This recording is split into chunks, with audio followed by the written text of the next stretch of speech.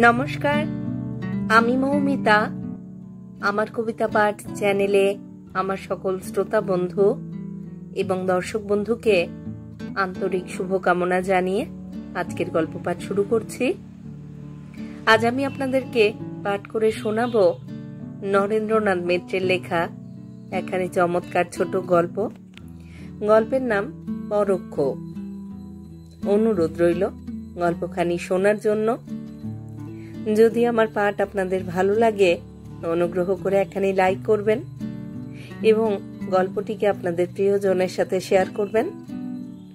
আপনারা যারা এখনো আমার কবিতা পাঠ চ্যানেলটি সাবস্ক্রাইব করেননি, তাদের অনুরোধ সাবস্ক্রাইব করে সাথে থাকার।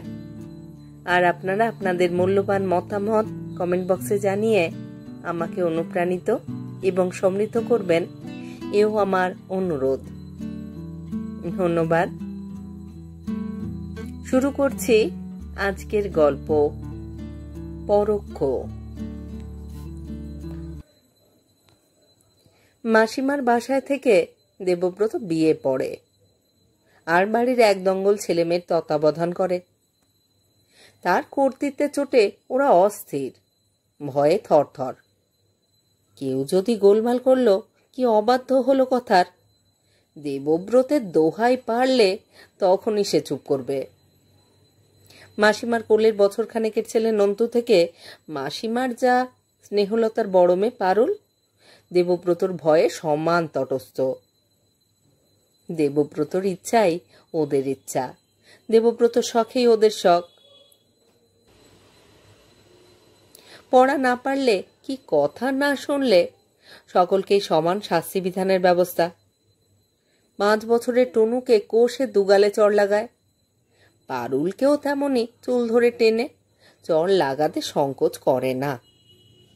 5টা আঙুলের চিহ্ন পারুলের গালে জল জল করতে থাকে, আর অপমানে ছল ছল করতে থাকে চোখ।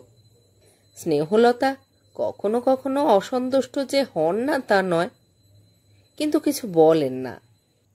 তার হয়ে বলেন সুহাসিনী, আহ, কি আরম্ভ করেছিস জীবু? অত বড় মেয়ের গায়ে কথায় কথায় হাত তুলতে তোর লজ্জা করে না? প্রত্যুত্তরে দেবব্রতও ধমক দেয়, তুমি চুপ করো তো মাসিমা। বড় বড় বলে ওকে মাথায় তুলতে হবে নাকি? একেই তো মাথায় ওর কিছু নেই, তারপর সবাই মিলে যদি এমন আশকারা দাও, ওর কোনো কালেই কিছু হবে না। বয়সে বড় হলেই বড় হলো। শিলা, গীতা, রানু, ওদের এক দাঁতের বুদ্ধিও কি ও রাখে? প্রভুত্ব শুধু যে দেবব্রতের ছেলে মেয়েদের উপর তাই নয়, অন্য সকলের উপর প্রভাবও তার অপ্রতিহত। দেবব্রতের মেসোমশাই সন্তোষবাবু মাস অন্তে মাইনের টাকাটা ফেলে দিয়েই খালাস। সংসারের আর কোনো খোঁজ খবর রাখেনি না। অবশ্য ঘরেই তিনি থাকেন, কিন্তু সে তার লাইব্রেরি ঘরে। যতক্ষণ বাড়ি থাকেন বইয়ের পাতায় থাকে তার চোখ। তার ভাই পরিতোষের স্বভাব ঠিক উল্টো। বাড়িতে যতক্ষণ থাকেন হাঁক ডাকে সবাইকে অস্থির করে তোলেন, কিন্তু বাড়িতেই তিনি প্রায় থাকেন না। অফিসের পর সভা সমিতি, রাজনীতি, এইসবই তার সময় কাটে। সুতরাং কর্তৃত্বটা প্রায় দেবব্রতের হাতে এসেই পৌঁছেছে। মাসের ডান হাত, পরামর্শ, বিধি ব্যবস্থা সবই প্রায় তার দেবব্রতের সঙ্গে। দেবব্রতের রাগ যেমন প্রচণ্ড, অনুরাগও তেমনই প্রবল। রান্না একেবারেই অখাদ্য হয়েছে, খেতে বসে স্নেহলতার মুখের ওপর এ কথা বলতে সে কিছু মাত্র ইতস্তত করে না। আবার মন যখন খুশি থাকে তখন হয়তো তার বাট নাই বাড়তে বসে যায়। সিনেমায় যাবার জন্য এমনভাবে টানাটানি করে যেন দেবব্রতের কাছে নিতান্তই তিনি শিশু। কর্তৃত্ব করে যখন এমনই দিন কাটছে, একদিন শোনা গেল পরীক্ষার মাস তিনেকার বাকি। ভাঙাচোরা জিনিসপত্র সরিয়ে চিলেকোঠার ছোট্ট ঘরটুকু পড়বার জন্য দেবব্রত ঠিকঠাক করে নিল। কৃচ্ছ সাধনের জন্য প্রস্তুত হলো মনে মনে। প্রতিজ্ঞা করল এই 3 মাস আর ঘর থেকে বেরুবেই না, পাঠ্যপুস্তকের স্তূপের মধ্যেই মগ্ন হয়ে থাকবে। বাল্মীকির মতো। উদ্যোগ আয়োজন অন্ত রইল না, কিন্তু ব্যাপারটা যত সহজ ভাবা গিয়েছিল তেমন সহজ হলো না। দেবব্রতকে ছাড়া কারো চলে না এ কথা সে জানত, কিন্তু কারোকে ছাড়া তারও যে চলে না তা যেন দেবব্রত এই প্রথম টের পেল। চিলেকোঠার সংকীর্ণ দেওয়ালের মধ্যে তার দম বন্ধ হয়ে আসতে চায়, বইয়ের পাতায় কিছুতেই মন বসতে চায় না। সেদিন রাত্রে পড়ায় কিছুতেই মন লাগছিল না। চোখে পড়ছিল নারকেল গাছের পাতার ফাঁকে ফাঁকে কতগুলি নীল তারা জল জল করছে আকাশে। দেবব্রত ধীরে ধীরে উঠে এলো, ছাদে কিছুক্ষণ পায়চারি করল। নিজে ছেলে মেয়েদের মতলব আর একগুয়েমির কোন্দল শোনা যাচ্ছে, আর মাঝে মাঝে মাসিমার গলা। ডাকবো দেবব্রতকে, ডাকবো? আত্মতৃপ্তিতে মুচকি হাসল দেবব্রত। কদিন এই সংসার থেকে সে যেন বিচ্ছিন্ন হয়ে আছে, সম্পূর্ণ আলাদা। হঠাৎ মনে হলো পারুল, শীলা ওরা কি করছে? ওদের খোঁজও দেবব্রত কদিন ধরে নিতে পারে না। ওদের ঘরে পড়া শব্দ তো শোনা যাচ্ছে না। আস্তে আস্তে দেবব্রত পারুলদের ঘরের দোরের কাছে এসে দাঁড়ালো। টুনু বসে ঝিমুচ্ছে, শীলা আর বিনা টান টান হয়ে শুয়ে পড়েছে মাদুরের ওপর।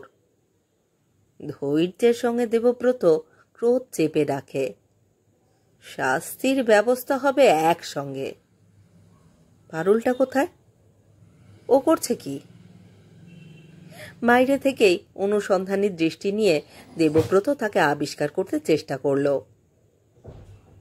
উত্তরের দেয়াল ঘেঁষে ছোট একটা ড্রেসিং টেবিলের সামনের চেয়ারটার উপর পারুল বসেছে পা ঝুলিয়ে। বেনিটা বুকের উপর নাড়ছে অন্যমনস্কের মতো। একবার তাকাচ্ছে আয়নার দিকে, আর একবার দেখছে নিজেকে। আয়নায় ওর চোখেরও ছায়া পড়েছে, সুন্দর ঈষৎ সলজ্জ দুটি চোখ। এক মুহূর্ত দেবব্রত মুগ্ধ দৃষ্টিতে চেয়ে রইল। এ যেন সে পারুল নয় যাকে ভূগোল আর ব্যাকরণ কৌমুদি মুখস্থ করায় দেবব্রত, পড়া না পারলে যাকে চুল ধরে টেনে কষে চড় মারতেও কোনো সংকোচ হয় না। দেখতে দেখতে অদ্ভুত লোভে আর ভয়ে দেবব্রতের বুক কেঁপে ওঠে।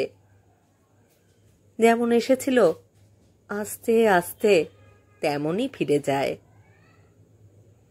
তাড়াতাড়ি গিয়ে বই খুলে বসে, কিন্তু বইয়ের পাতায় বসে না মন। অদ্ভুত আজগুবি সব কল্পনা মনে আসে, আর মাঝে মাঝে তখন সতর্ক হয়ে ওঠে।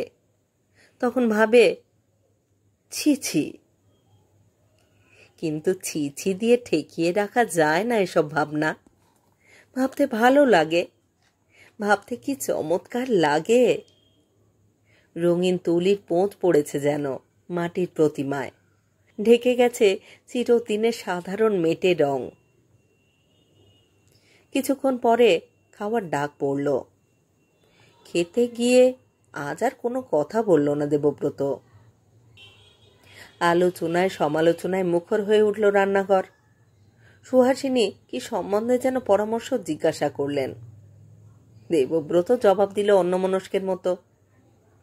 ছেলেমেয়েগুলি দেবব্রতের উপস্থিতি সত্ত্বেও কি নিয়ে যেন একটু আধটু আপত্তি করছে মৃদু স্বরে, কিন্তু সেসব কথায় দেবব্রতের একটুও কান যাচ্ছে না। নিজের মনে মনে তার কথোপকথন চলছে। পরের দিন দেবব্রত তার ছাত্রছাত্রী বাহিনীকে ডেকে পাঠালো। সুহাসিনী বললেন, আবার ওদের কেন দিবু? তোর না পরীক্ষা? তোর নিজের পড়াই পড় না এখন তুই। কিন্তু দেবব্রত সেই কথায় কান দিল না। শীলা, বিনা, বিমল, টুনু ওদের সবাইকে একে একে কদিনের পড়া জিজ্ঞাসা করল। তারপর বলল, আচ্ছা যা তোরা। ওরা চলে গেল। পারুল একা দাঁড়িয়ে রইল। দেবব্রত এক মুহূর্ত চুপ করে রইল। ভয়ে তার বুক কাঁপছে কালকের মতো। তারপর বলল, আচ্ছা, যা তুই, আর এক সময় পড়া ধরব। পারুল অবশ্য বাঁচল, কিন্তু আজ সে ভালো করে পড়া তৈরি করে এসেছিল। এমন নিষ্কৃতিতে যেন আনন্দ নেই। একা একা যত জল্পনা কল্পনা তৈরি করেছিল এতক্ষণ, তা কোনো কাজে এলো না। যা ভাবা যায় তা বলা যায় না। অনেক ক্ষেত্রে দূরত্বের বাধায়, অপরিচয়ের বাধায় দেবব্রতকে ফিরে আসতে হয়েছে। কিন্তু আজ বাধা পড়ল অন্য রকমের। এ বাধা অতি পরিচয়ের। দেবব্রতের মনে হলো এই বাধাই সবচেয়ে দুরাতিক্রম্য। নানা ছুতো করে দেবব্রত ওকে কাছে ডাকল। কতবার গায়ের সঙ্গে গা গেল ঠেকে। কিন্তু দেবব্রত বেশ বুঝতে পারল পারুল তা লক্ষ্যই করেনি। তার চকিত স্পর্শে একবারও ও রোমাঞ্চিত হয়ে ওঠেনি, একবারও উজ্জ্বল হয়ে ওঠেনি ওর চোখ। অতি পরিচয়ের আর অভ্যস্ততার পুরো আবরণে আবৃত ওর সর্বাঙ্গ। সে আবরণ ভেদ করে তার স্পর্শ গিয়ে পৌঁছায় না, দৃষ্টি গিয়ে পৌঁছায় না। কথার কত সূক্ষ্ম ইঙ্গিত আর চাতুর্য ব্যর্থ হতে থাকে। পারুলের মন অনায়াসে সেগুলি অতিক্রম করে যায়। কোথাও বাধা পায় না, খোঁজা লাগে না কোথাও। এক মুহূর্তের জন্য ঝলকে ওঠে না তার মন। আর কি বলা যায়? আর বলে লাভই বা কি? ও যদি হেসে ওঠে? তাছাড়া এভাবে ধরা দিতে, নিজেকে এভাবে ছোট করতে দেবব্রতের মন যায় না। ও হয়তো কিছু বলবে না, কাউকে বলবে না সাহস করে, কিন্তু ওর কাছে অপমানের অন্ত থাকবে না। মাথা নিচু হয়ে থাকবে চিরকাল। মাঝে মাঝে নিজেকে ভীরু বলে ধিক্কার দেয় দেবব্রত, আবার নিজেকে সমর্থন করে। এই ভয়ই তাকে বাঁচিয়েছে। এ ভয় নয়, আত্মসংযম আর সুরুচি। কিন্তু এই আত্মস্তুতিতে তেমন সান্ত্বনা পায় না, তেমন আনন্দ পায় না দেবব্রত। সংসারের কর্তৃত্বে দেবব্রতের আর তেমন আগ্রহ দেখা যায় না। ছেলে মেয়েগুলির উপর শাসন শিথিল হয়ে আসে। কেমন যেন উদাসীন আর অন্যমনস্ক হয়ে পড়েছে দেবব্রত। বাড়ির সকলেই ভাবছে দেবব্রত পরীক্ষা নিয়ে ব্যস্ত হয়ে উঠেছে। এই অন্যমনস্কতা পরীক্ষার জন্যই। একদিন রাত্রে বইয়ের পাতা উল্টোচ্ছে, মনে হলো কে যেন তার ঘরের দিকে একবার চেয়ে চলে গেল। দেবব্রত উল্লসিত হয়ে উঠল মনে মনে। আস্তে আস্তে ডাকলো, পারুল। কিন্তু ঘরে যিনি এলেন তিনি পারুল নন, স্নেহলতা। কয়েকদিন থেকে তিনি লক্ষ্য করছেন দেবব্রতের হাব ভাব। তার চোখের দৃষ্টি যেন বদলে গেছে। কাকে যেন সর্বদা খুঁজছে সে। কারণে অকারণে সে পারুলকে ডাকছে। স্নেহলতা ভারী বুদ্ধিমতী আর ভারী চাপা। তিনি ক্রমে ক্রমে সব লক্ষ্য করে যাচ্ছেন। পারুলকেও তিনি লক্ষ্য করেছেন। তিনি বুঝেছেন পারুল নির্দোষ, তার কোনো খেয়াল নেই এদিকে। সে হয়তো কিছুই বুঝতে পারেনি। তাকে কিছু বলে কি কোনো রকম নিষেধ করে আগে থাকতেই সচেতন করে দিয়ে লাভ নেই। হয়তো এতে কৌতূহল আরো বাড়বে। শাসন করে দিতে হবে দেবব্রতকেই আগে। পারুলকে ধারে কাছে না দেখে তিনি দেখতে এসেছিলেন দেবব্রতের ঘরেও আছে কিনা। নেই দেখে ফিরে যাচ্ছিলেন। এমন সময় দেবব্রতকে পারুলের নাম ধরে ওভাবে ডাকতে শুনে স্নেহলতা ফিরে দাঁড়ালেন। তার সন্দেহ আরো দৃঢ় হয়ে উঠল। কঠিন মুখে তিনি দেবব্রতের ঘরে ঢুকলেন। বললেন, পারুল নয়, আমি। কেন? পারুলকে কেন? প্রথমে দেবব্রত একটু ভয় পেল।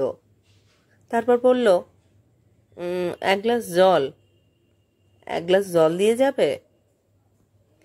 স্নেহলতা মনে মনে হাসলেন। তার সঙ্গে চালাকি। বললেন, ও জল খাবে? আচ্ছা, ও ঘর থেকে আমি এনে দিচ্ছি জল। তিনি দেবব্রতের দিকে তীক্ষ্ণ দৃষ্টিতে তাকালেন। দেবব্রত তাকালো তার দিকে।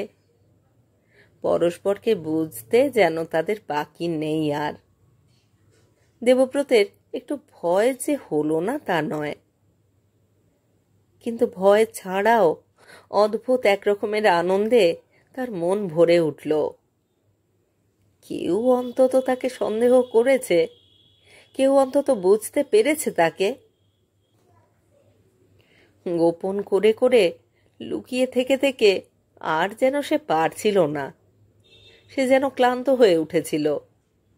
সে যেন এখন এইভাবে ধরা পড়তেই চেয়েছিল। সব প্রকাশ করে সুলো কথায় সে যেন সব বলতেই চেয়েছিল এখন। স্নেহলতার সন্দিগ্ধ দৃষ্টির মধ্যে যেন অনেক সম্ভাবনা, অনেক অঘটিত ইতিহাস।